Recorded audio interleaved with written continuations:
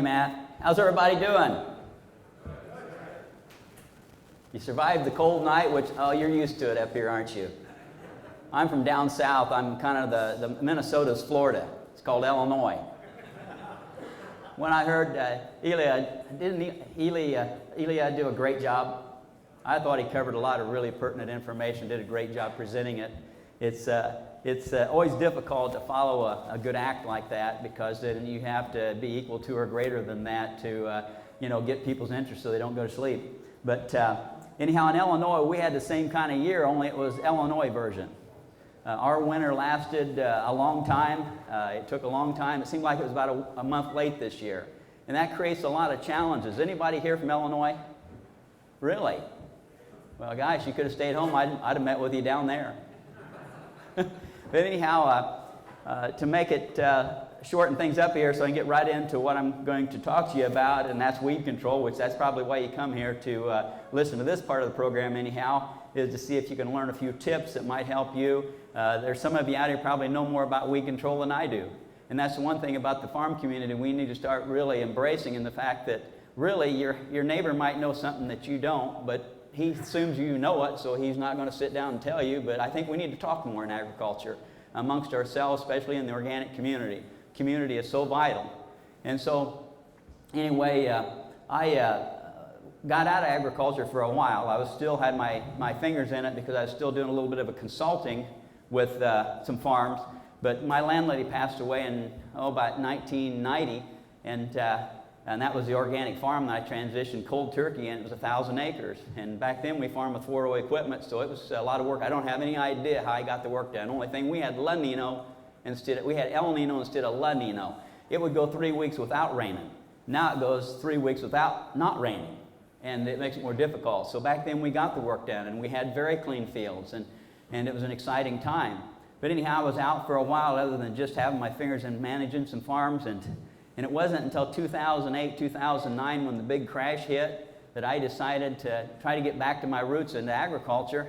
And so I got back introduced to going to some of the trade shows and meeting some of the people. And I run across Jack Arisman, who had been to my field day, because I had a field day every year promoting what we called the biohumic agriculture production system back then. And anyhow, I met Jack at the show at Moses Conference in La Crosse, Wisconsin. And when I got home, I got a call from Jack, and he said, "Gary, would you be interested in farm management?" Of course, you know, that term farm management, I grew up when farm managers, you just soon shoot them as, anything else. If you can relate to that. Some of you might be too young, you don't remember those days, but when the old farmer had the farm manager come out that didn't really know what the old farmer knew, the old farmer had a hard time putting up with the farm manager. And my dad was one of those guys, and he left the farm because he wasn't going to put up with the farm manager. And then I had another guy I worked for 7 years, scooping hog manure, working for him when I was younger. And he's the one that I got my start through him, because he said if I would stick with him and stay there to help him get the crop in and out every year, that he would see to it I got an opportunity to farm. And that's where I got the 1,000 acres. When he retired and got out of farming and sold his equipment, I bought his equipment, and then I started my career in agriculture. But anyway, it's been quite a ride, but I got back into it because there were some farms that were certified organic. They had been certified in 2003, and they were absolutely a disaster. We're talking hundreds of acres, hundreds of thousands of dollars lost to weeds. 262-acre field of soybeans. They never pulled the combine in the field to harvest them, because it was just nothing but weeds. Corn that was never harvested because it was nothing but weeds. And corn that made 10 bushels the acre, soybeans that made 10 bushels the acre. And so I came into a situation that was a pretty good challenge, but what I loved about it was I didn't think I could do any worse than that. Sometimes it's kind of nice taking over something that's an easy act to follow. I mean, how could I do worse than that? So I was excited about it. It was 2010, it's March 17th. I sat down with the owner of the farm, of the first farm I took on to manage. And within about an hour or 2 hours talking to him, and Jack Arisman was there. He was the one that pulled the meeting together. Jack Arisman, by the way, at that time, or early on, I don't know if it still is today, but he'd farmed 2,000 acres. He went home after seeing my field day, and he said, if I can grow crops like that, I'm going to farm that way. And of course, like Matt said, it wasn't called organic back then. And anyway, Jack Arisman went home and went cold turkey on 2,000 acres. and got it converted to organic. So he became, for quite a few years, the largest certified organic farm in the state of Illinois. I don't think he still is. I think there's some up in northern Illinois that farm 3,000 acres organic. But that just gives you a little bit of how I got back into it. Then Jack called on me. I went down and sat down with this business owner that owned 520 acres of farmland, and you'll see some pictures. In fact, this is part of the farm right here that this tractor and disc is in, the picture of. And anyway, when I sat down with him, there was a field of beans that had never been harvested on the farm. There was a field of corn that made 30 bushels the acre, and then they had some hay ground, which is that's what you're looking at here. But anyhow, my challenge was to figure out a way that I could get a program started on this farm where I could get the weeds under control, because the weeds were just killing the economics. If you figured 262 acres of beans times 40, 50 bushels to the acre, and you figure $20, $30 a bushel, you're losing hundreds of thousands of dollars. And what I tell people, and I get asked all the time by conventional farmers, I talk to conventional farmers actually more than I talk to organic farmers, because I've got a son-in-law who is farming 20,000 acres conventionally, and I've got another son-in-law who is one of the top salesmen for Sunrise Ag, so he sells a lot of the GMOs and glyphosate. So I get a chance to talk to a lot of farmers that are conventional, and they ask me, they say, well, how do you control weeds in organic? And I says, well, the main thing is that we have a system that replaces the herbicide. And the word system is something I want you to think about, because a lot of times I see with organic farmers that have a challenge controlling their weeds, they're leaving out too much of the system, okay? And so we're going to talk about that, and I get some ideas where I think I can do things a little bit better to get my points across to people so they start to understand how to get this thing to work for them. Because a lot of time, if you leave out one little piece of the puzzle, it makes all the difference in the world of whether you can get this thing to work for you or not. When I farmed the 1,000 acres, I had 4-row row crop cultivator. I had no hired hand. I had 300 head of fat calves I fed out in a feedlot. I had 64 brood cows that had dropped their calves a year, and they went in the feedlot. And I did that all by myself. Now, I don't have any idea how I did it now. At my age now, I'm thinking the world's getting faster and I'm slowing down. Something's going wrong, because it's just hard to cover the territory. But I did it back then, and so it was challenging. But I had a system of weed control. And my dad, see, all those years I grew up, his crops were so clean, and he didn't use herbicide, and he didn't use a rotary hoe. He planted the crop, and he cultivated it. And if there was one weed in the field when we were going to, like Saturday night, going to the movies, if we get Dad talked into taking us to the movie, used to they had movie houses. You go to the movie, and they had Tasman and Bugs Bunny and all the cartoons, and I liked the cartoons. And it never failed. We'd be leaving to go to the movie, and Dad would see one buttonweed a half mile across the field, and he'd walk all the way across that field to pull that one buttonweed, and I wouldn't get to see Bugs Bunny. And I didn't like that. But see, we walked beans. There were 7 of us kids, and we walked them, but there's never many weeds in them at all, ever. Dad had it down. He had a system. And I can remember when I was 13, I was a lot smarter than Dad. Can you relate? It's just like, then they just don't know anything, and so that's why at that point in time, I worked off the farm for other farmers, because I thought I knew everything. Dad thought he knew everything, and you know how that works out. So I started working for other farmers.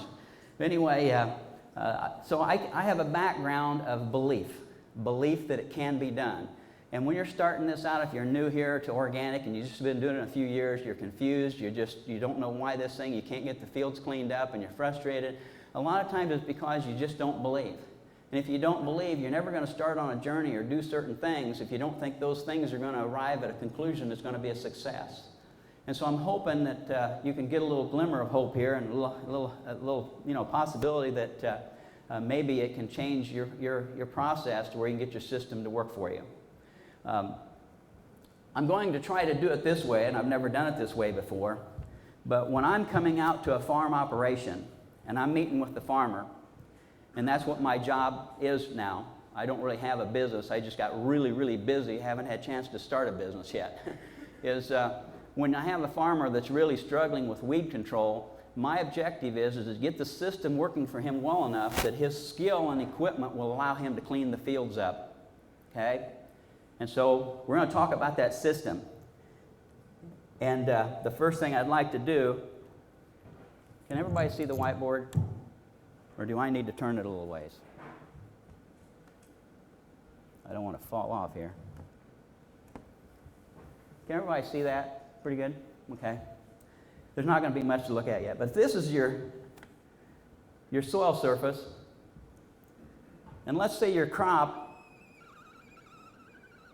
is that tall. And your weeds and grass are that tall. And it's cultivating time. How many of you can clean that up?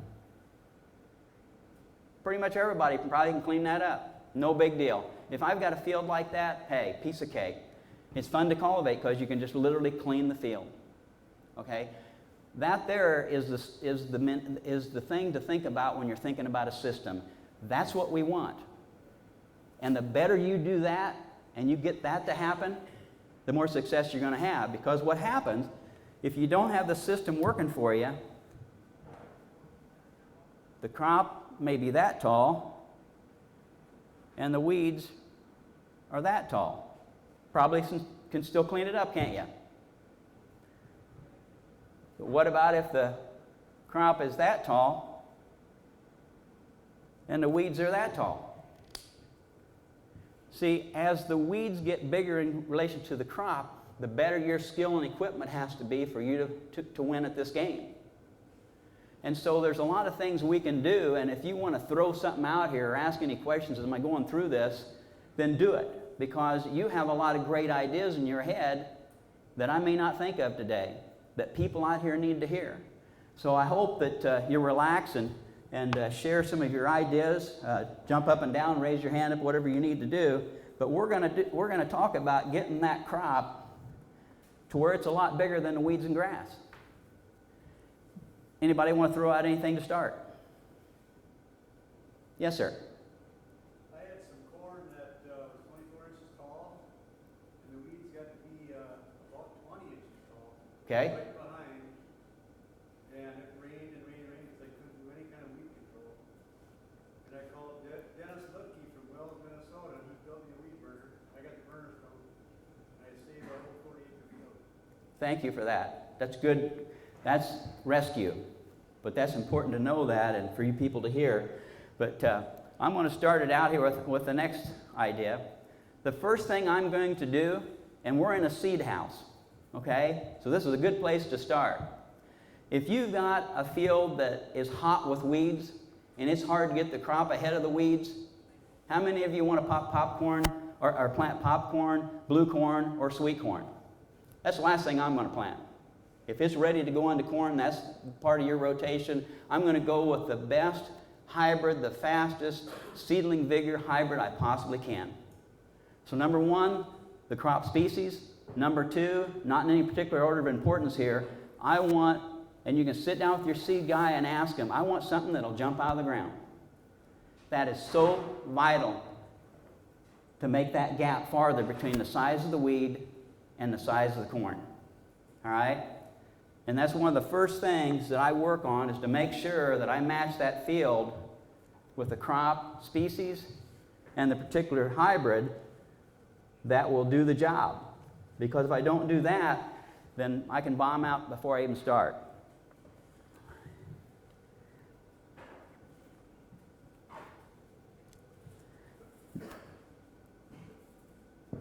Another thing, timely planting.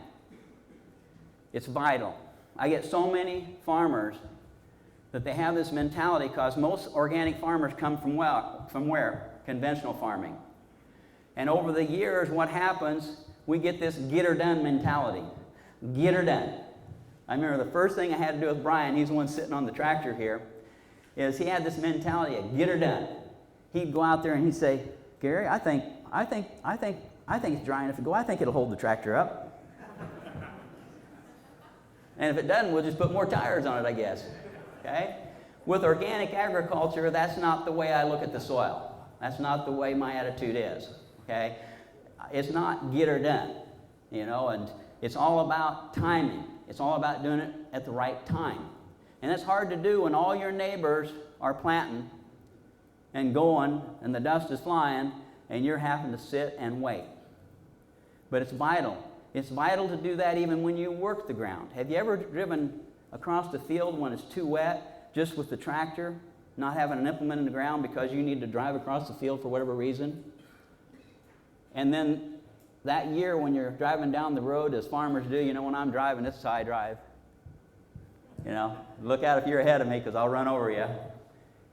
And you see this two little strips of foxtail growing up in your soybeans or your corn before it gets too big to hide the foxtail. Because anytime you work that ground wet and smash those soil particles together, you create an environment for foxtail. So we want to work our ground when it's dry enough and wait later. And the other thing about timely planting is I want to kill a flush of weeds. The first weeds that grow are the hot ones. Seeds from weeds, what happens is when that plant drops those seeds, there are seeds that will come up that year. There are seeds that won't come up until the next year, and the next year, and the next year. Have you ever feared that you'd run out of weed seeds? I haven't. So every year there's a hot bunch. They're ready to go.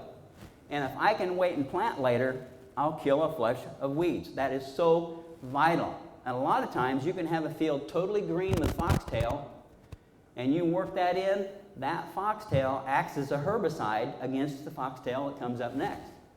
And it stymies it, it slows it down, it kind of has an allelopathic effect. It's like trying to seed alfalfa after alfalfa. You can't get alfalfa to grow after alfalfa.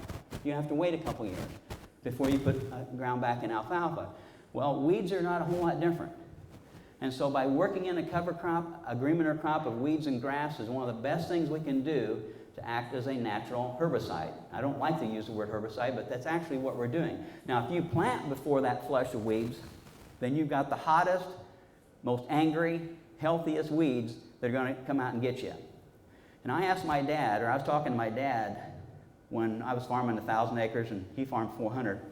Dad never owned any ground. We farmed separate because obviously I couldn't get along with him, but he got a lot smarter when I was starting to farm this way. Yeah, there's some people that understand. But anyhow, he told me if he had one day, and we're talking central Illinois now, we're not talking Minnesota.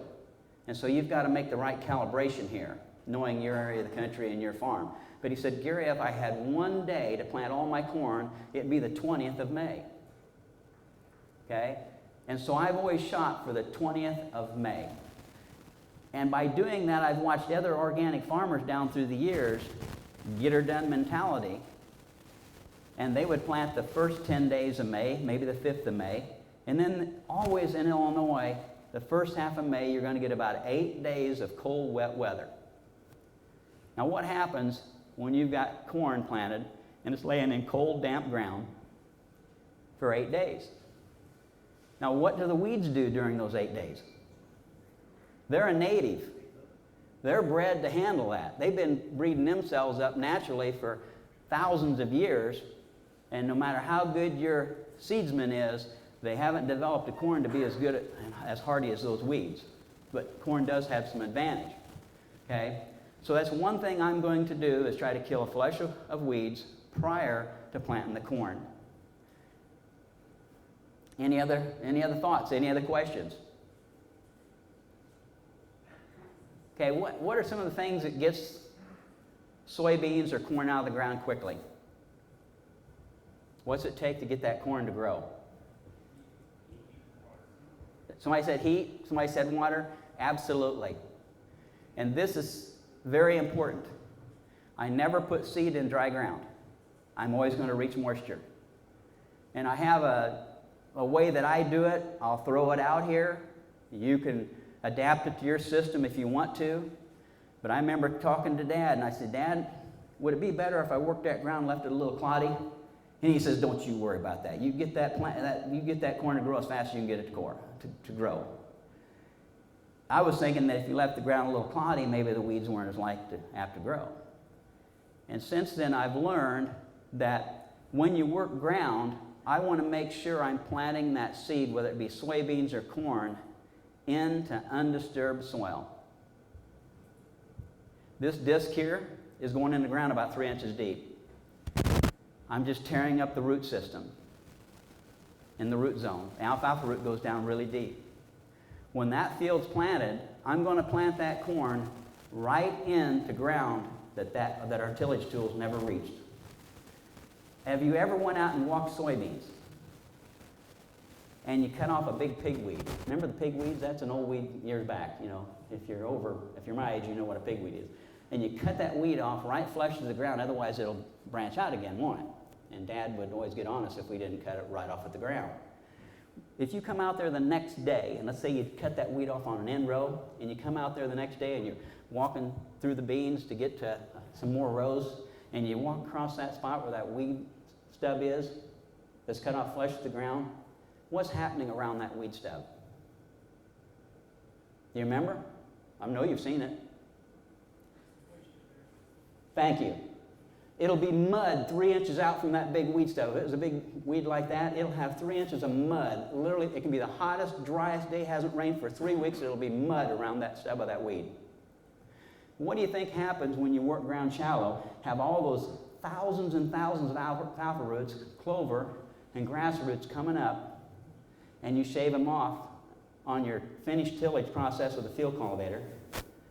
You can dig down through the hot, dry dirt, and it's so hot you don't want to walk on it last May some years in Illinois. You've got this real moist layer that you can actually dig and squeeze it, and it's actually kind of too wet to really be out there. But yet the top couple inches is just bone dry. It's called a dust mulch. Anybody remember hearing the term dust mulch that the old timers used to use? Okay? We know in the garden when we mulch it with straw, the weeds don't come up. If you plant your corn down in that real moist layer, and you cover it with hot, dry soil, but that hot, dry soil doesn't really touch the seed.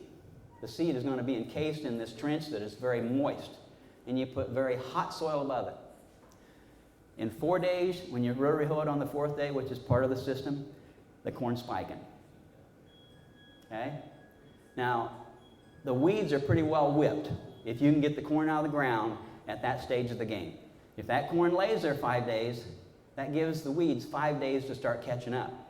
So it is so vital to have proper seedbed preparation and timely planting. You've got to hold the reins on the horses because on your inside you're just wanting to get her done. We all are. That's what makes us successful in agriculture, because in agriculture you don't have a boss looking for you to come to work at 8 o'clock. Mother Nature is your boss. And she's a boss that's unforgiving, as we're learning every year as this climate gets more challenging all the time. So that's something that I've done and learned how to do, to plant that seed in a situation where it's going to jump out of the ground. Also, later when you rotary hoe, you don't have to worry about damaging that seed. It's down in an area where it's protected. But if it's up in loose, mellow soil and it's got 3 inches of loose dirt below it, that hoe wheel will go in, that hoe spike will go in and flip the seed out or loosen it. Okay? So basically I'm kind of no-tilling underneath the crop that I just worked in. Does that make any sense to anybody?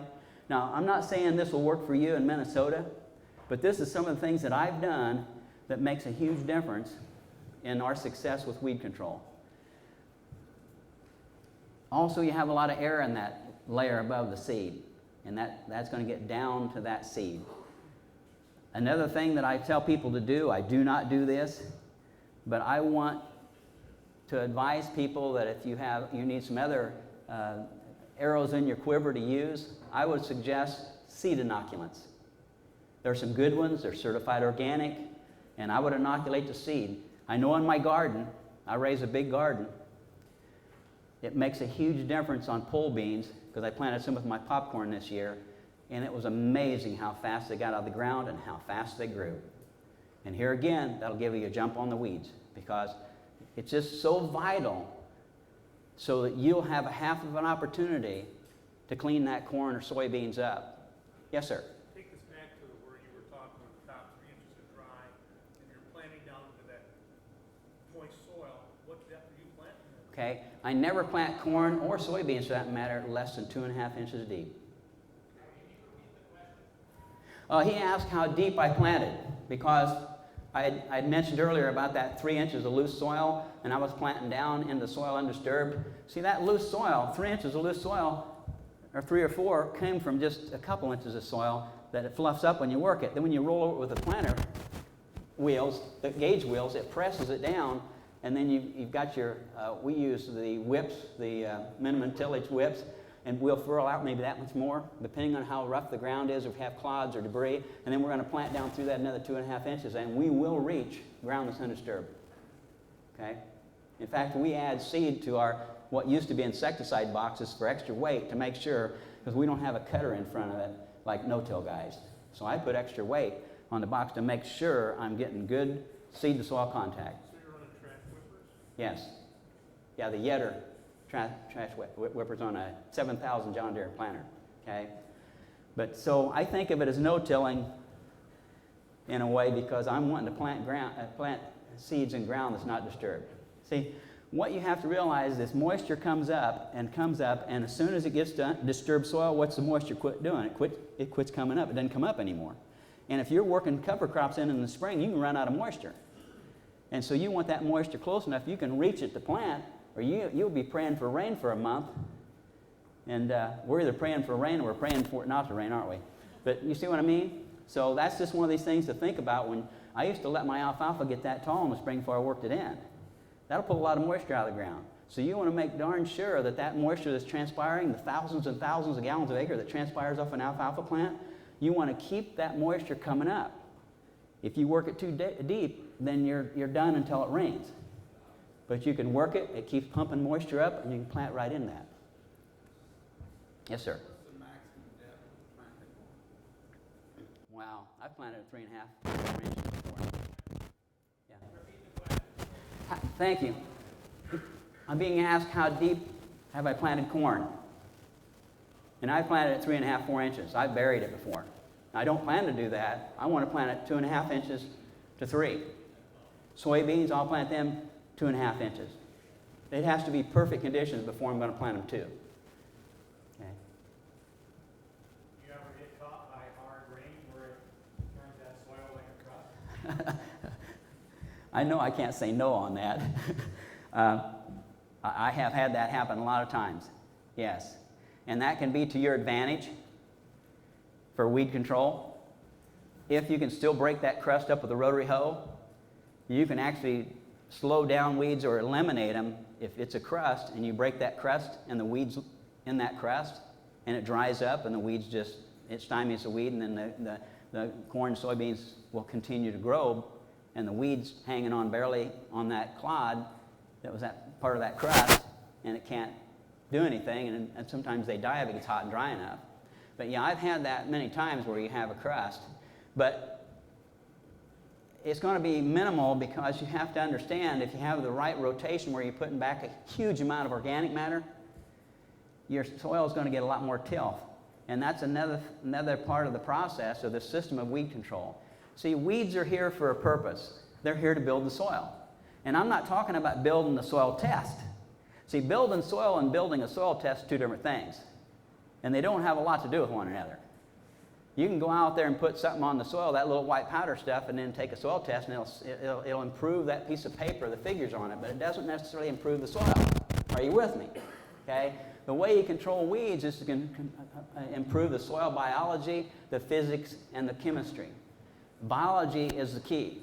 The more biology you have in the soil, the more the soil is going to get balanced, the less apt the weeds are going to grow. The healthier the soil, and that's why Dad could farm and never use the rotary hoe. He just plant the corn and then timely cultivation. Us today, you plant your corn, those weeds are going to be right on its tail unless we can do everything possible to get that corn out of the ground as fast as possible and do everything we can using allelopathic effect and soil tilth to make the weeds so they're stymied a little bit or slowed down a little bit. Okay? And so that's just gives us a little bit more of an edge with all these little bitty things we do. They all add up. Okay.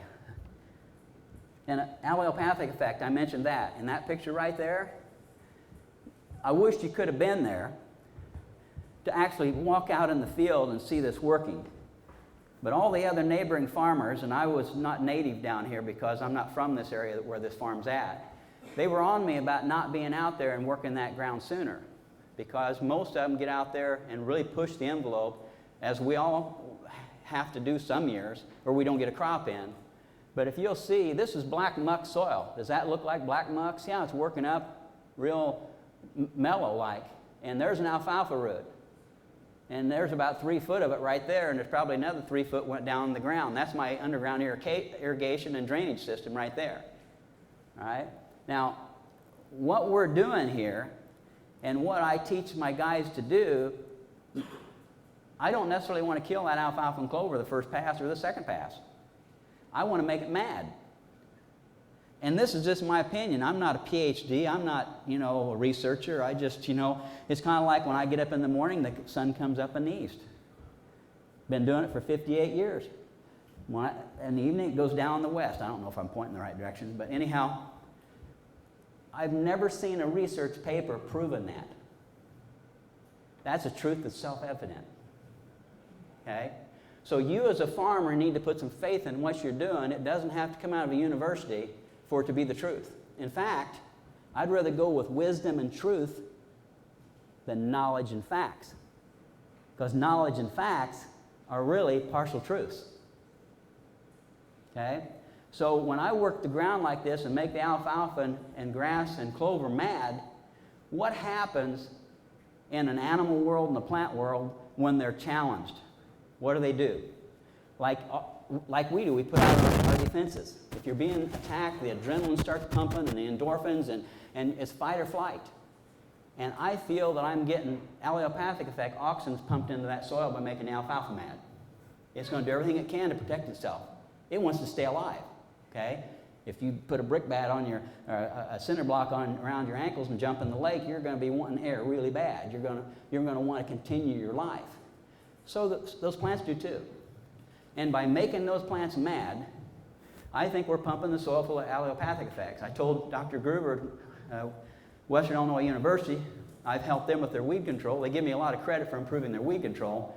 And he asked me, he says, what things do you think we should be studying or researching? And I said, I think we need how to grow our own herbicides. And we need to know what plants to grow to produce our own herbicides. And then we need to know what plants we can grow together, companion planting. I know in my garden there's parsley and it'll grow with my sweet corn. It's real moist under the parsley, and the sweet corn's not hurt at all. Why aren't we seeding parsley weed seeds with our corn? Maybe we wouldn't even have to cultivate. You see, there's a lot of things we don't know yet, and I'm getting off the subject here a little bit, but the allelopathic effects, setting up an environment that's good for the corn, bad for the weeds, that's what I'm looking for. Okay. You ever make a note and you have no idea what it means?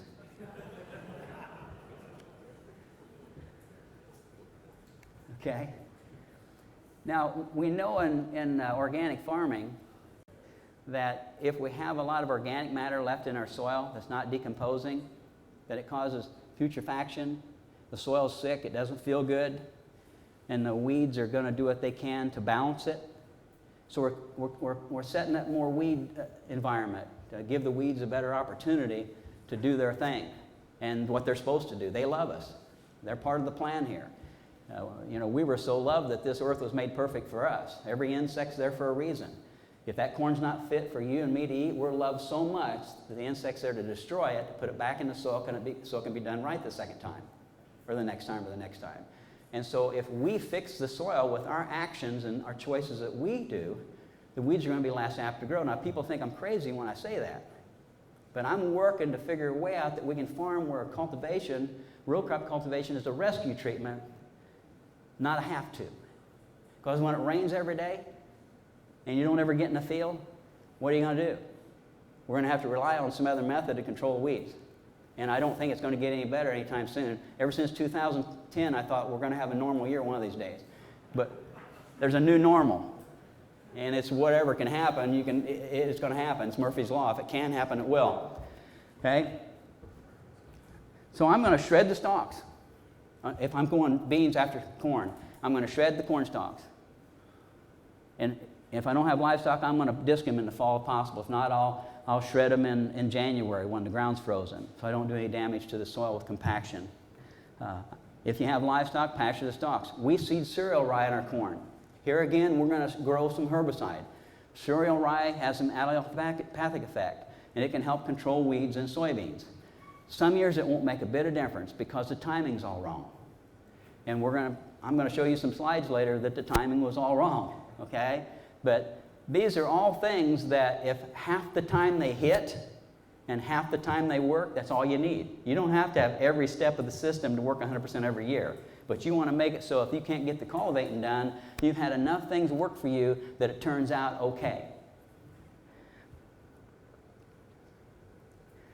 Okay, shallow tillage, we'll get back to what your question was. When I'm working the soil, and I will confess this, if you go out and moldboard plow a field that's real nasty with weeds, you will have less weed pressure if you plow it in the spring and if you're going to plant it in the spring than if you disc. There's just something about that new earth you turn up that kind of, the weeds are asleep, it takes them a while to wake up. The problem is, that's a short-term fix. Long-term, it won't fix anything. Long-term, it actually sets you back. And that's why my tillage choice is one that chops and stirs.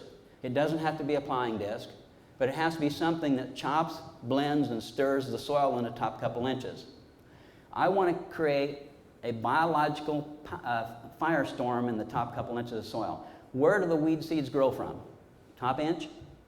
Sometimes they have to even be on top of the soil and have moist soil, and the sunlight hit them and they pop open and they grow. So I'm going to dramatically change the environment of the top inch or 2 inches of soil. It's hard to change the environment of 6 or 8 inches because of the sheer tonnage of soil that's out there. So I'm going to start working to work with the environment that has a largest impact on those weeds, and that's the top inch. So I'm going to supercharge it with organic matter. I'm going to put back a lot of cover crops. I believe in the 4-year rotation. It's what I promote. We don't take any hay unless there's livestock. We never sell hay off the farm. We're going to build the carbon in that soil.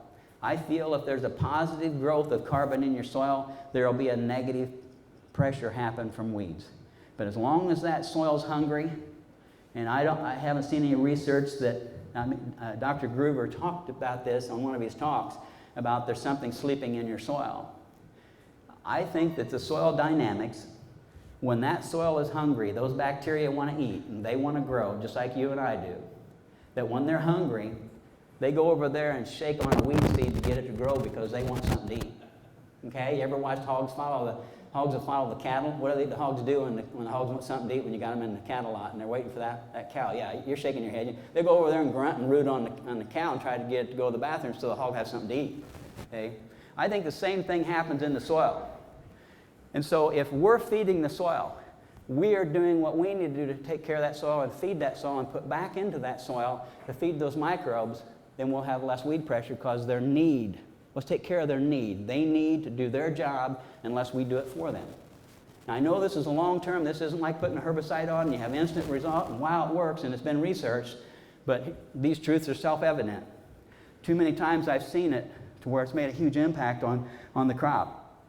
And so that's where the rotation comes into my plan for turning these farms around. And our rotation, by the way, is small grains interseeded with clover, alfalfa, and grass. The clover, the grass is shallow rooted. Clover is intermediate rooted. Alfalfa is deep rooted. So we're working all the levels of the soil. We want to bring up those trace minerals naturally. So when that alfalfa is disc in, it's feeding a balance in microbial activity. People will tell you can put some white powder on and balance your trace minerals. That dog don't hunt very often. But I'm not saying the theory isn't there for that to make sense. But biology has a way of fixing things that man can't, although we are the most important life form for that soil. We have more to determine whether it's going to have earthworms in it, whether it's going to be a living soil, or whether it's not by our decisions. So we are important. Okay. With that being said, are there any other questions or suggestions on how we can get that plant out of the ground a little faster? I'll be going through some more ideas when I show the slides. Yes, sir. You find rotavators to be too aggressive? What? You find rotavators to be too aggressive? There's 2 reasons why I haven't went to a rotavator. Economics, the cost. I work with a lot of farmers that they don't, we're not talking lots of money. And so the question was if the rotavator was too aggressive. I think like any tool, if it's used properly, my concern with the rotavator is that it mirrors that underneath side and smears all the earthworm holes shut and may cauterize the root systems coming up like a moldboard plow does. Okay? But they've got some of those blades, and I've watched how that design works, and you know, it's just, I never try to rule out any tool because it may work for you. But that's one of the reasons why I questioned using a rotavator. But the reason why I'd use one if I had one, just to, you know, see what would happen. But no, the more you can chop and blend the organic matter, and the more bacteria you can get around, just like chewing our food. It's going to digest better and more quickly if we chew our food. And so by helping nature chew the food, there'll be less oxidation reduction and more of that carbon gets in the soil rather than going off into the atmosphere. And we want it in the soil. That's the power and energy for the microbes, which in turn is the power and energy for the plant.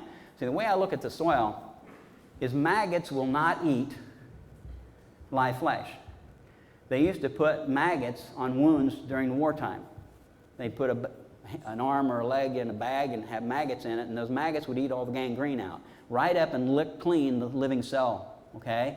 But didn't eat the living cell. When that plant grows, that plant is like the maggot in the soil. That plant's only going to slurp up the bacteria that are in the phase where they're not needed in the soil anymore. So if you have a lot of organic matter that's not decomposed, the maggots don't have much to eat, the plants. The plant's the predator. That's the way I envision it. So that's another reason why I want to get things chopped up when you ask about the rotavator and all these tools that chop and blend and stir it throughout the soil to get those nutrients available so when you plant your corn, that corn's got the groceries it needs to grow. It's vital because you can bet the weeds are going to have what they need because they like a soil really in some ways that's not very good shape. So, but anyhow, I'll go through the slides now and see if we can have any more questions before I start that. Maybe there's somebody else. Yes, sir. How soon after tilling do you plant? You know, with 1,000 acres, going back to my past experience, and 4.0 equipment, I never had to worry about planting too soon because I just did as much as I could. So what was great, I didn't have to think. I just worked all the time, and Mother Nature kind of kept me in line. But I've been told that if you work the ground and plant too soon, the ground will be heating or hot, and it can damage germination. I've never had a problem with that. But here again, you know, one farmer can have success with something, another one have failure and think, well, that guy's crazy. That doesn't work. But maybe the reason why I've never had any problem planting right after working cover crops is I plant down beneath the cover crop, rather in the soil the cover crop grows in or is blended in. So the question was, how soon after I work ground, I'm assuming cover crops, do I plant? And so that's my thinking, is because I've never seen the time that I've had poor germination because of a cover crop where I worked it in. Because I think I'm spiking my grain in below it, okay, is the reason why. Is the only thing I can figure. Yes, sir? In your list of priorities, where do you insert the best soil test? I know you've already said the soil testing, so many different ones. The best soil test you know, where do you insert that in the value of making a recommendation? You know, when I go to these shows, I have the guys that are big into the soil test follow me around on my heels. They don't like me. Thank you. They never might hear the question about where would I put the soil test in the line of importance. Well, when I started on the 1,000 acres, Dr. Bill Becker, he was a PhD in microbiology, he come to the farm and he says, Gary, I'd like to study what you're doing. And back then, Dr. Bill Becker was a very young man, and I was young too, because that was back in 1980. And I didn't have a problem with him studying what I was doing. And basically my feeling today is that soil tests are just a little bit more than a distraction. Okay? That's a little bit strong statement, but listen here. What I did was I had a 4-year rotation on a 4-step program. The first step of that program was I was to stop using any products or anything injurious to the soil, period, because that soil is a living creature. The second thing was we used a biological inoculant back then to get the soil microbes started. And you could tell a huge difference. And you can go out there and dig up little tiny earthworms that just hatched out because the organism will not hatch out until it can live. Beautiful system the Creator designed. And the next step was rotation, because we're going to feed that biology. If you buy a bunch of feeder calves and put them in the lot and don't feed them, why'd you buy them? See? So we bought this bacteria and we fed as much tons of cover crops, green manures as we could to make that soil so vibrant. And the next thing is shallow tillage. We wanted to continually create the environment where there's the most oxygen and the most organic matter for that biology to create a firestorm. Okay? That will fix your soil. Adding on nutrients will fix your soil test. Okay? Now, will putting on NPK fertilizers increase the yield? Yes. But that is a partial truth. It's a fact, but a fact is a partial truth. Okay? Your soil, and if you saw the last article wrote by, it's in the Moses magazine or a flyer they send out, finally, a PhD has researched it and published their findings, and is exactly what I've been preaching since 1980. See, when there gets to be too many rabbits, what happens to the fox population? It goes up. What happens when there gets to be too many foxes and they eat all the rabbits and there's not enough rabbits? The foxes die. The soil has a balance going on all the time. And different kinds of microbes provide different kinds of nutrients. And they keep the soil in balance. Biologically, that's the way you get your soil tests where you want them. Now, let me make this point. I went to Jack Ehresman's field day in 2011 or 12, and Dr. Bill Becker was there. And I made the statement when they asked me about soil tests. I says, well, for me, back in those days, and still is today, soil tests are a little bit more than a distraction. Now, you can imagine I'm not loved by the industry. But why I say that is not because that's 100% true, but I want you to look beyond the soil test. You're the magic, okay? You're the steward. You feed that life in the soil the same as you feed those cattle in that cow lot. If you don't feed your cattle, they're not going to grow. They're not going to produce any fat. That soil's not going to produce any fat unless you feed it. And what's it like to eat? What grows out of it? Until you've done that 100% of your ability, then I think that's the first order of business. But anyhow, Dr. Bill Becker made the comment at that field day. He says the best soil test in his 30-some years in business, 40, however many years he's been in business working with organic and conventional farmers, was the one he took on the farm that I farmed, which was 1,000 acres. He followed, and he told me when I started, he says, Gary, you're going to deplete the farm. And every year, the levels of N, P, and K went up. Okay? Every year I harvested a crop. And if you read what this PhD in the last flyer from Moses, I forget what it's called. I've got it with me somewhere in my bag out in the car. That soil's got everything in it you need. You get the biology going. Now, until you get the biology going, you got to feed your habit. It's like it's on drugs and we've got to keep it from withdrawing, and you've got to stay in business. Okay? But always try to get the soil, kick its butt off the welfare program. Get the earthworms working, get the microbes working, because if you want to hang on to your farm in the future, okay, you need a living soil, a soil that's going to work.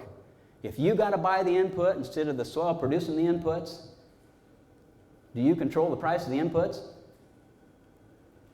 See, we killed our soil and then we have to buy all these products. And you're at the mercy, okay? Get your soil producing 150 to 200 bushel of corn without you putting anything in it. Get it producing 50, 60 bushel acre beans without you putting anything on. And people say, oh, you'll deplete the soil. Those people are ignorant. Now, I'll stand toe-to-toe with any university professor you bring me. They've been dancing the song. The music's played by Monsanto and all the petrochemical companies. It's time we start looking at the truth instead of the facts. The facts will lead you down the wrong road. So look at the truth. Gosh, I didn't know I was going to get on my stump today.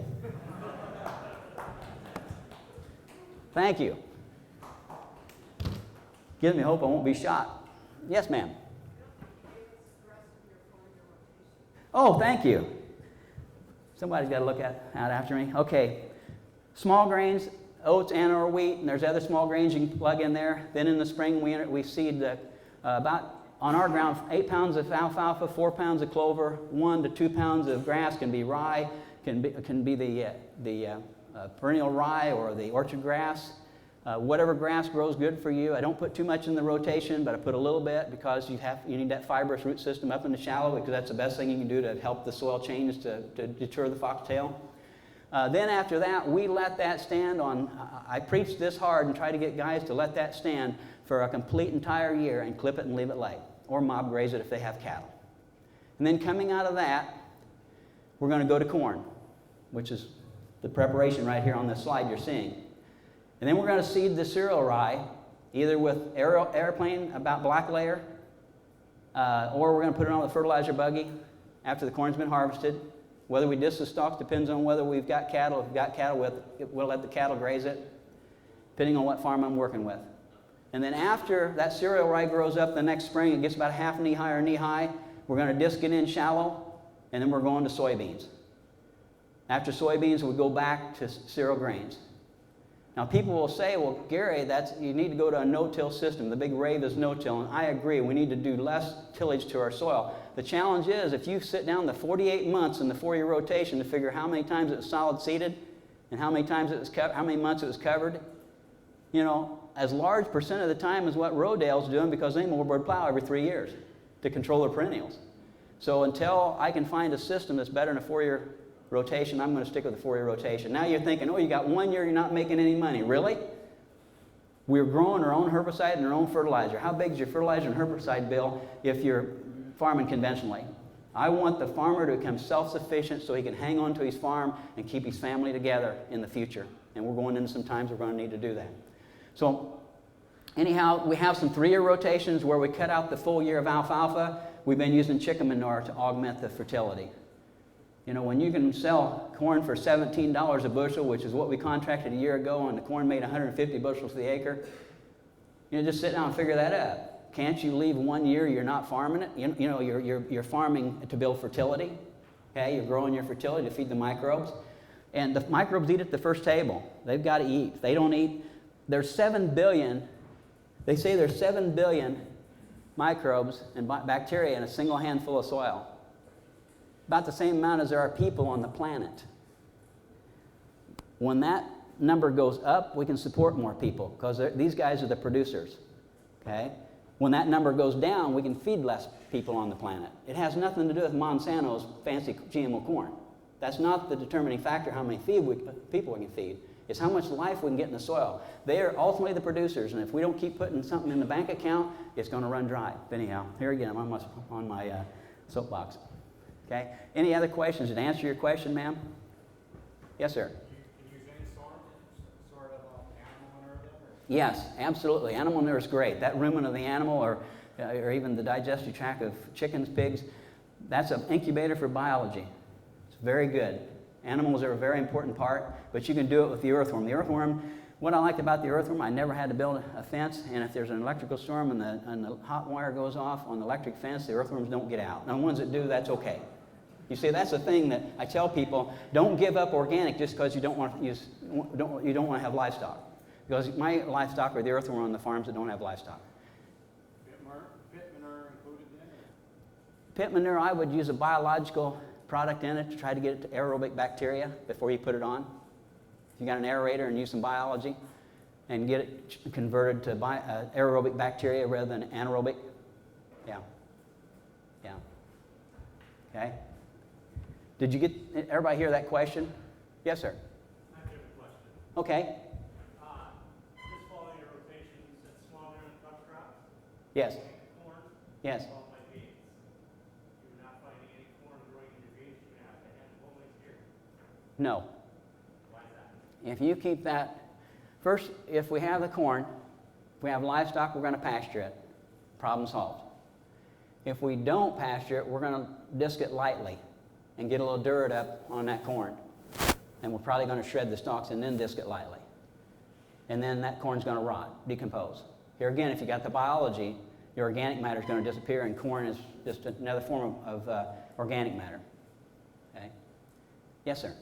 A big issue that we've had over the last couple of years is cross-contamination from conventional farmers bordering our farms. Yes. You had very much experience with how to prevent that. Yes. What your methods are. If we even went to the point where we marked down dates of when the neighboring farmers planted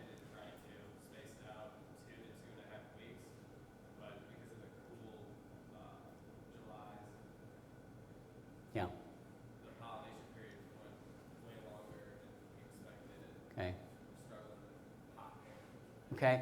Well, cross-pollination was a question with GMOs. I've never had a load rejected yet. Not once. And what we do is we plant later. You know, there have been years where the conventional guys don't get done until they're getting into my area I want to plant, but usually I'm enough later anyway. Or you can go to pure maize.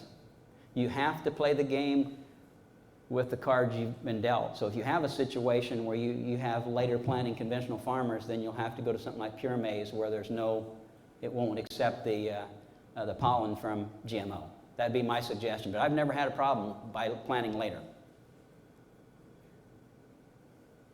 Any other questions? Yes, sir. Back to the soil test. The higher the magnesium, the tighter the soil, basically. Yep. What I've learned. Yep, should be. So as you lower your magnesium, you get more oxygen in the soil, and that helps break stuff down quicker also. That's correct. And the higher the magnesium, the bigger tractor you need. That's right. So as you lower your magnesium, which is a key factor in this whole thing, Yep. then you will have looser soil, more aerobic soil, more bacteria. Yep. Yep. So That's right. magnesium is a key factor in the soil test. Yeah. But biology can fix it too. And until you're starting to work on this end, it doesn't make any difference. You can turn the hydrant on if you're standing on the hose. No water's going to come out until you start making decisions. And you can fix the magnesium by putting things on, but until you get to feeding the biology, it just goes on like drugs. You have to keep using it. But if you do both, Absolutely. But 90% of the time, people come from conventional farming. You're making a good point.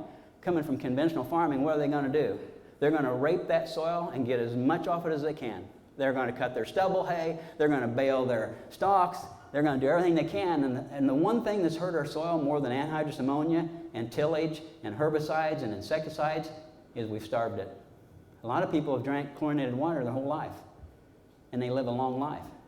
I'd like to see them go their whole life without eating. And we've got soils that's been going nearly its whole life without enough to eat. Think about it.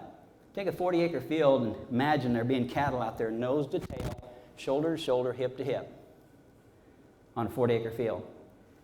Would that field grow enough to feed those cows? They'd starve to death. That soil has pretty close to as much life in it as the rumen of all those animals standing on it. Do you think we're feeding the soil enough? You wonder why we got weed pressure? So do what you can to get more cover crops growing and get a rotation that feeds the soil. But thank you for bringing that point up. Okay? All right. I probably ought to go to my slides unless we got one more question. Yes. What time do you apply manure? Apply manure, that's, you have to be careful where you apply it nowadays because of the concern for it running off into a stream. So they want you to, as far as the chicken manure that we use, we put it on in the spring and disc it right in so we don't lose the ammonia off into the atmosphere. But animal manure on your farm, whenever you can get it done, without there being any detrimental effect to the environment that would, raise a red flag with your certifier or something like that. You don't want it running off into a stream, which that's just basic responsibility. And farmers are responsible people. I've never found a farmer that woke up in the morning and wanted to mess up the environment. Okay, well, let me go through my slides, and if you have more questions, just jump up. And this farm here is the first one that I came into to manage. And here again, I don't really like the word manage. When I manage, I can have grease from head to toe. I'm out there on the farm working. When I took this farm on, it had been a grass-fed operation. It had all the 7-wire high-tensile fence around the 520 acres. It was almost a complete section, and it's pretty flat. You can dig a post hole, and it's as black 4 foot down as it is on top. One of the best about as good a farm as I've ever walked on. And you may not have soil like that up here, but it's an awful good farm in Illinois, which is the reason why I think we're slow to come to organic, because we got so much more mining to do. We got a big, thick vein of coal there we can keep pulling from. But anyhow, when I come into the picture, it had been a disaster. And so this is the first ground we broke when I took over. And I would have let the alfalfa clover get a lot taller than that, but I was a little bit fearful being back in agriculture after 20-some years of not being on a tractor. And so we got started a little earlier, and we didn't have any equipment or anything. So I had just had to cobble things together to get this thing done, because March 17th is when I said, yeah, we'll do it. And at that time, the farm was like a rice farm. It had water between every row of the soybeans that never harvested and all the corn. It's fairly flat land, and so we had a challenge. here's the corn that was planted. We worked in that alfalfa by making it mad and kept it real shallow. We planted this corn on the 22nd of May, and we started working ground the last part of April. This corn here was planted at about 26,100, lower population. Did you have a question? How many times did you work it? We worked it twice with that plying disc, shallow. Then we hit it with a tandem disc after a couple rains. Each time it greens up from the road, you'll think you didn't do anything to it, but you did. Okay? And then we hit it with a field cultivator. That field cultivator will shave off almost 100% of that alfalfa because you worked it shallow with the disc. If you work it deep with the disc, then it allows it to wiggle around. You have to go as deep with the field cultivator as you do with the disc. Okay? And that shaves the root system off, cuts about that much of the crown off, and then that moisture starts coming up. And then we plant it. And here we rotary hoed that one time. This ground is really, really wet. We got it hoed one time, never got it rotary hoed again, and never got it cultivated. Our weed control was finished. No more happened. Okay? And I tell you what, I had a come to Jesus meeting with myself. I tell you what, you want something that'll make you sick. You're first off into something. You want to make a good showing, and you can't even get out there and use what skill you have. So that's what it looked like later on. At that point, it was too big to cultivate.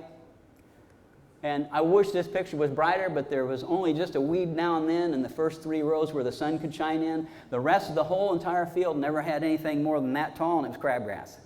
Free cover crop. Didn't pay I don't know how much a pound of crabgrass seed would cost. I bet it's out the roof. So we had this soil map from crabgrass, and I'm sure that crabgrass was fixing something. It needed to be there. Why was it crabgrass? Why wasn't it something else? Because nature knows what that soil needs. Okay? So anyhow, we picked the corn, we drilled the cereal rye, and had another grain manure crop. Of course, we had to pay for that. That was back when the cereal rye was only $6 a bushel instead of $18. But anyhow, it turned out really well, and there's the same year a field of soybeans. If I've got a field of soybeans that clean, and that was rotary hoed twice, if I've got a field that clean, I've got a field that'll have 0 weeds. Literally, you'll have 100 acres and it'll be less than 5 weeds in the whole field. So the intention is to work that ground and set up a situation where the beans will outgrow the weeds. They should, because the bean has a big pack back of energy in that seed. Weed seeds are tiny, tiny. They have to go out and grab a piece of soil before that weed gets nourishment. Very little nourishment in a weed seed. So our agronomic crops, the corn and soybeans, have the advantage. They will outgrow all the weeds in that field if you set everything up, just because they should. They've got dinner with them, and the weed seeds don't. Okay? So you've got that advantage. The time to cultivate is when the corn comes up and the beans come in, they should grow faster than the soybeans, or faster than the weeds. At some point in time, when the weeds start closing the gap, you should have cultivated 1 day sooner.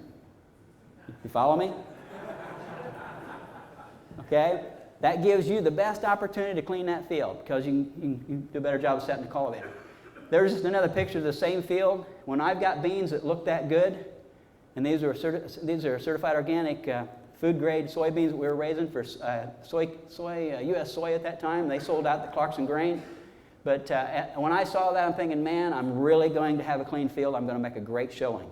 This is a field where the whole field was 262 acres a year before they even harvested the soybeans. And yes, I followed soybeans with soybeans, because the year before really it was weeds, it wasn't soybeans. Well, we had a soil building crop. It rained for 3 weeks. We were out for 4 weeks. That's what I had to contend with. We were in the shop. I've got a guy working on the farm. He's an employee. I manage. Well, I'm out there with him, okay? But I'm supposed to be the lead dog, but we work together as partners. I don't treat anybody like I'm better than them or anything like that. I want to teach him and get him taught so I don't have to be there. He's doing a real good job now. 4 years later, he can make a lot of decisions on his own.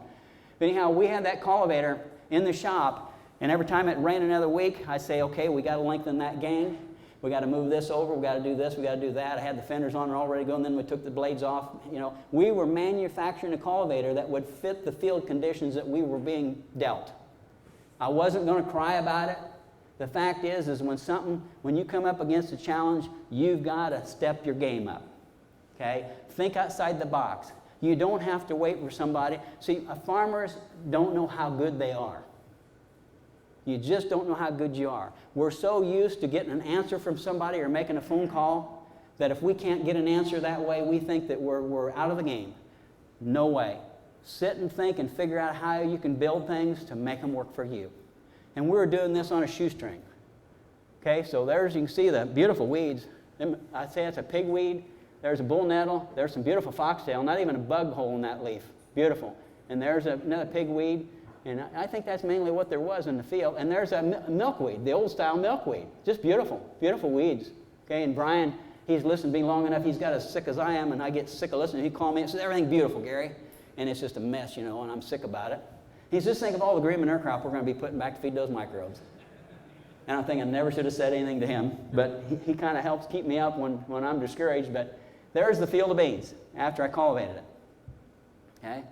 Now, why was I able to clean that field of soybeans with a row crop cultivator when the beans were that big? Any ideas? When they were that size right there, this is what I think happened. See, I'm always trying to find out the truths that are self-evident. Plants, every weed seed would grow right now if it could, okay? But it doesn't for several reasons. It's programmed not to. And as soon as a weed seed pops open and starts sending out hair roots, it puts an allopathic effect in the soil that puts the other weed seeds around it asleep so they can be there for you next year. Okay? They love you, okay? Those soybeans do the same thing. So when you're planting soybeans, and here's the thing in the variety trials that everybody's doing, why aren't they doing variety trials to see how strong the allopathic effect that soybeans are putting out? One bean may yield more, but another bean may yield more because you can control the weeds because it's got an allopathic effect that holds back the weeds. When I cultivated, I set my sweeps in close enough to where there was any weeds growing, clean the field. There's no way you can cover up a weed that's this tall. But you can cut him off, but you can't cut him off if he's growing in a bean row. You cut the beans out. But I'm sure that because of these beans, the nature of that particular variety had a strong allopathic effect that it controlled the weeds within so many inches of that bean row. And so all I had to do is plow out the centers. It's like, thank you, Jesus. Yes? You think maybe you threw up a lot of dirt also right there with your rows as well? Rotary hoeing? When I rotary hoed it? Yeah, as long as a lot of the traction or the weeds that you had too, with their own allopathic effects. Absolutely. Yes. Yeah, it was a perfect storm in favor of what we wanted to accomplish. And it's hard, but that's a good idea, what you're saying. And but I don't know. But it's amazing because I figured the field would be lost. I figured it'd be a repeat of the year before. And we went out there and cultivated it when it was really too muddy to cultivate and clean the field. I couldn't believe it. Pretty much cleaned it. And you'll see here, right there, and then we got a weed or two. But that's a far cry better than what I thought was going to happen. But I think a lot of it going back to how we prepare the soil, how we plant the crop, how we get it out of the ground fast. See, if you use all this system, then if there's one thing you can't do, I want to get to where if I can't cultivate, I can have a crop. Because, soybeans at $30 a bushel, 30 bushel acres, pretty good income. Okay?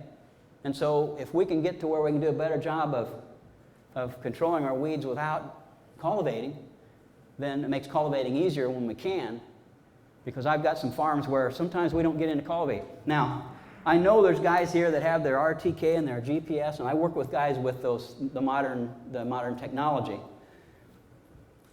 I work with a lot of organic farmers that they don't have the wherewithal to buy a $100,000, $200,000, $300,000 tractor and put $10,000, $20,000, $30,000 worth of guidance on it. I do have GPS on this tractor. It's called Gary's Positioning System. Okay? Through all the years of cultivating terraces that were around corners with a tractor, with a 4-row crop cultivator, I can pretty well run a rear mount at 5.5, 6 mile an hour with just a couple inches for the row to go through and all day long and without any trouble on terraces around corners. Okay? But it just takes practice. And that's why you need to go to your neighbor that's farming organically if you don't have enough acres and ask him if you can practice cultivating on his ground. See, how many farmers go out and practice? Nobody does. You just get in the field and you go. Have you ever put a 4-wheel wagon hooked to a hitch on the front of the tractor and backed it around the farmstead to get used to where that tractor needs to be so you can go through between the gate and everything miss and No, we don't do that. We need to get to the top of our game when it comes to, we don't think of cultivating as an art. We get our RTK, we get our GPS, and we sit there, and if the cultivator doesn't get it, then it's just like, well, the herbicide didn't work, but we don't use the herbicide, so now we can say the cultivator didn't work. You are the magic. You are the difference between losing money on that field or making a killing. Because by cleaning that field up, those beans sold for $20 a bushel, and they made 54 bushels to the acre, rather than 10 bushels the acre at $20 a bushel. So we quadrupled the revenue from that field by cleaning it up. So, I can't give myself much of the credit. All I can do is just the best job I can do and hope the good Lord's on my side. So on the tractor that we use, I want the tires, narrow tires. I want to stay away from that row. If you're cultivating and you've rotary hoed with a tractor tire that compacts everything between the rows, you're going to have problems cultivating because that sweep, when it throws dirt to the row, it's going to be slabs and chunks. So you're going to slow down because of the slabs and the clumps are going to start the bean row or corn knocking down and being like dominoes. But if you get your tractor tire away from that row, I'd put 13 6s on there if I had them. Get away from the row so that the soil that's being thrown to the row is mellow and loose. Okay? Then you can get your speed just right, just a sweet spot. You cover up the weeds and leave the crop. And hopefully we got the distance from the weed size to the bean size or the corn size. Okay? And this is 82 horse. We pull an 8-row narrow cultivator with 5 sweeps, 5 shanks between each row. That's a special design. I will not go with 3 because when you put those front shanks out real close to the row, you've got 20 inches or 30 you've got to cover with 1 sweep. So we have to run 5. I want a second throw of soil. Now I'm talking in terms that may be gibberish to some of you, but the first flow of soil off the first shank knocks the weeds down. The second flow of soil covers them up. If I was going to cover you up with dirt and you're 6 foot tall standing up straight, I'd have to have an awful big pile of dirt to cover you up. But if I knock you down flat, I'm going to have you covered up in time for dinner. Okay? And so when I cultivate, there's a method to my madness, more than I can teach you today. But I just want you to understand that you got what it takes to make your piece of equipment work, whether it's a Remlinger, whether it's a Buffalo, whether it's a Heiniger or Orthman or whatever. You can work the magic that it's in the velocity of the soil flow and how you control that. And you can make work. Farmers are ingenious people. Universities didn't invent the plow. A farmer did. No-till, ridge-till, all these different types of farming. It wasn't somebody sitting in a university, and I'm not wanting you to feel like I'm knocking universities, but it's the genius of the farmer that come up with all this. You're the geniuses. You're the leaders, not the follower. Okay? So anyhow, I use a tractor without a cab because of the things I have to deal with. I want to be able to see. I don't have GPS. Farmers that I work with can't. This just happens to be a 2940 John Deere. It's one of my favorites because it's narrow and it's got steering that's tight. Boy, we're about out of time. And there's the cultivator. We use a sweep cultivator. And I've got the line here between now I run these sometimes as close as 3 inches, 1.5 inches on each side. Yeah. But there's a way you point them down to where this here is 1.5 inch measurement from this little wingtip here. These are 3/4 sweeps. Half sweep would have this a little bit cut off here. I put a 2-inch block under the wheel, and I get all the gangs set alike. I always carry new sweeps with me. We've only got 5 minutes, so I'm going to be flying here. Okay? And here's just a cross thing. I want everything just exact. There's a method to my madness. There's a field of soybeans. On the second farm I took on to manage. They challenged me to clean that up. They had 3 80-acre fields of soybeans certified organic, and they asked me if I'd come over and farm and cultivate that one. And I did. There's another picture, and there's the picture. And they used a 4840 tractor with duals, 20.4 duals, 20.8 duals, and every row that had compaction right up to the row. So it made it very difficult. So I basically slid the center sweeps. I took the center sweep off, actually, the back one, and so I didn't throw slabs over and cover much up. And there's another shot. There's the real estate that really matters right there, right in the row. Between the row, anybody can run something and clean between the row. But you got to be able to set it to clean the row out. There's how they looked after the second cultivation. There's a big story about this field. It had corn that was never harvested the year before. They put cattle out there and let them tromp it until April. And then they tried to work it up into a seed bed.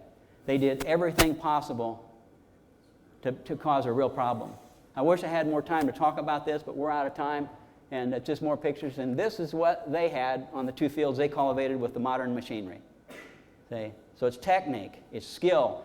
And sometimes you don't get the privilege of starting that field out and bringing it all the way through so that everything's set up for you to have easy cultivation. I keep telling them, be easy and be good to the cultivator guy. I still cultivate anywhere from 600 to 1,000 acres with a 6 and an 8 row.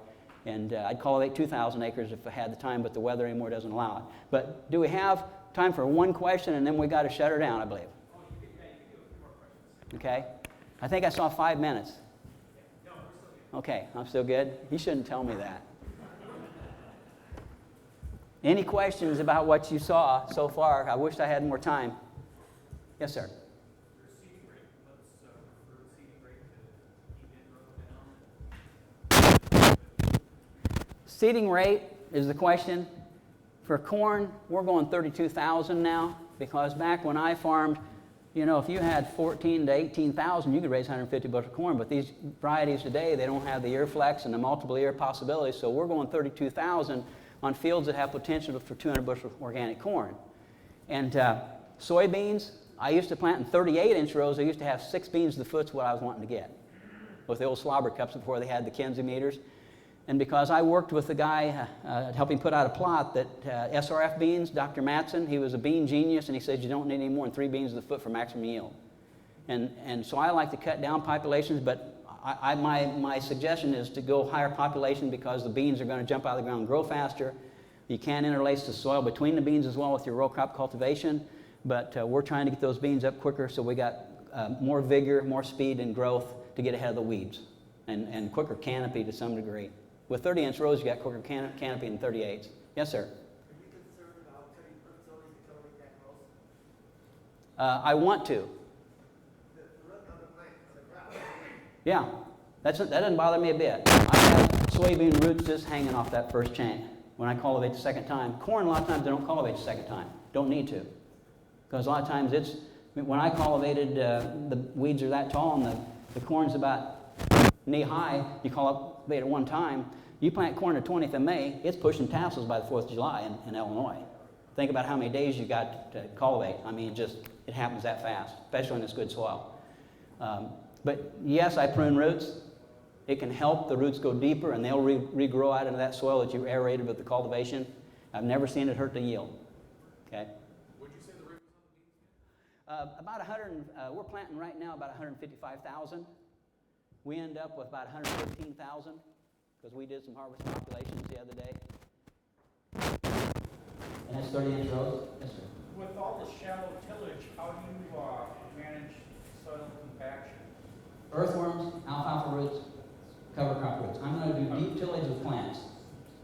Yes, sir. On the 4-year rotation, the year after you let the hay grow up and harvest it, you shred that before you disc. No. You can. We disc her right in because it's pretty succulent. It'll decompose pretty rapidly. Yeah. Okay, I think we better wrap it up. Maybe do one more question here. Okay, yes, sir. Have you ever worked with buckwheat? No, I don't, but I've read great things about buckwheat, and if we can work it in some way for a cover crop or a crop, we certainly are going to look at that in the future. Have you had any experience with it? A little bit, yeah. I had phenomenal results with buckwheat plowed out. Yes. I had a very bad piece of ground, worst piece of the work. 1 year, so buckwheat, plowed it down, put utilities ready, worked that in, and I had the best crop of corn beans after that I ever had all over the farm. Did everybody hear what he said? Buckwheat plowed it down, turnips plowed it down, had the best field of corn you ever had on a real bad piece of ground. We can fix our soils with everything that we've been given. And that's a good place to end the talk right there. What period of time did that take? 3 years. Okay. And plowed down buckwheat, and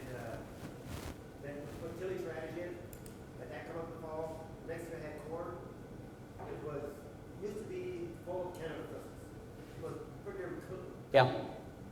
And this year we had soybeans in it, and I had native local people tell me that's the best piece of soybean that we'll cook. Yeah. It's amazing what you can do when you start appreciating the biology in the soil and start working with it. Buckwheat, I've heard great things from John Kemp, I think's his name. One of the brightest young stars in the future of organics that I've ever met. I met him 2010 at Acres, and that guy's on to something. Brilliant.